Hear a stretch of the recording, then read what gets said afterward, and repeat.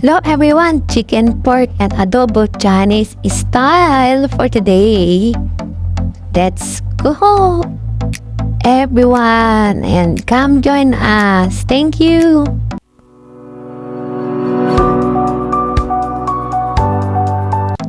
So the ingredients is a potato, we have ginger, carrots, garlic, onion, and then bell pepper, and then of course bay leaves or laurel. And guys, ayan, nagkat ako ng chicken breast and then pork. Yan guys, and then this is our seasoning. Isang my dark soy sauce, and then soy sauce, then oyster sauce. Ayan guys, and then a small Sprite, and then of course black pepper. Ayan siya guys. And now we start cooking. And guys, we heat the pan, and then after we heat the pan is can put oil. Of course, oil important. And then after that, next is ginger. We can put ginger and then make it golden brown, or can wait until this smells good is coming. Yan guys. Yan, smells ginger already. Then after that, next is garlic guys. We can put garlic after ginger. Make it golden brown or light brown, so the smell is get more tastier. Yan guys.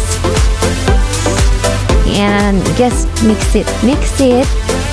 And then after that, put onion or scallion or any kind of onion you want to use it guys.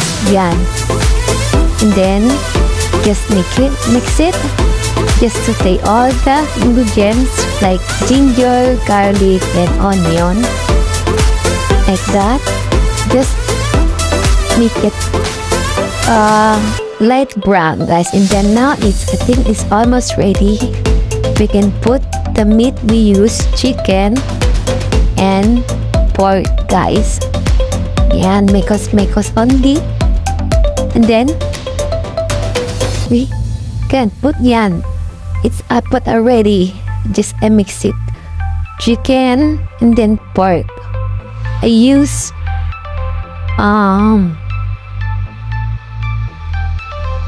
meat from the ribs. Just I cut some before.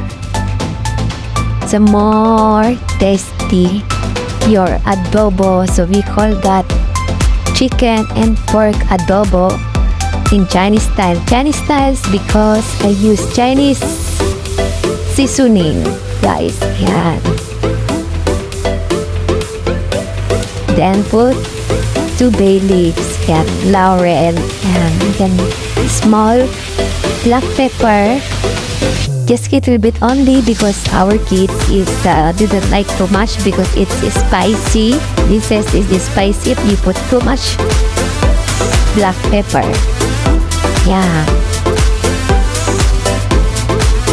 Just mix it. Stir it.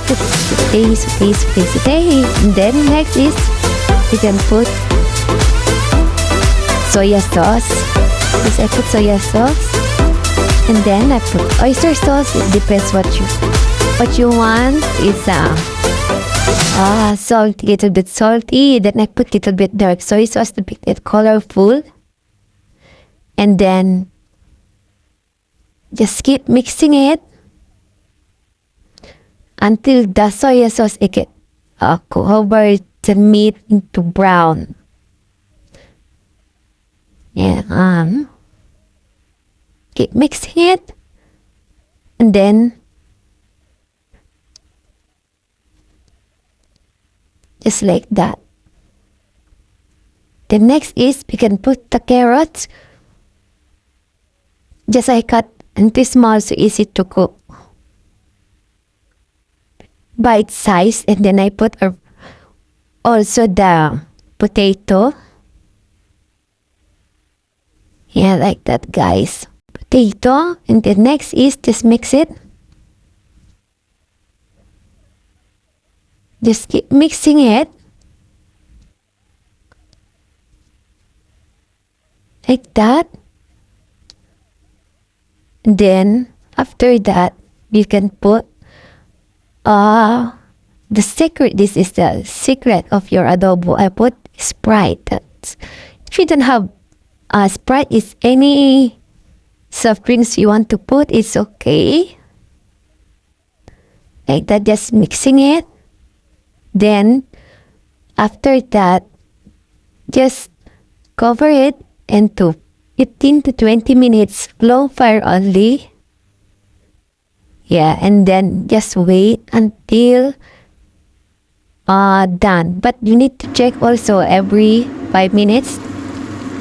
And then just keep mixing it. Then after that, after 20 minutes or 30 minutes, it's like that. But before that, I put little bit water so it don't get burned. And guys, just keep mixing it. Then after that, we can put now the bell pepper. That is last because that is easy to cook, and you can eat that in half cook also, like that. Just keep mixing it. Then after that is you can put little bit vinegar, just little bit only. More tasty, ayan guys. Looks so good. Yeah, so now it's ready to serve, guys. Yeah, just like that. Now it's ready to serve with matching rice. Ayan.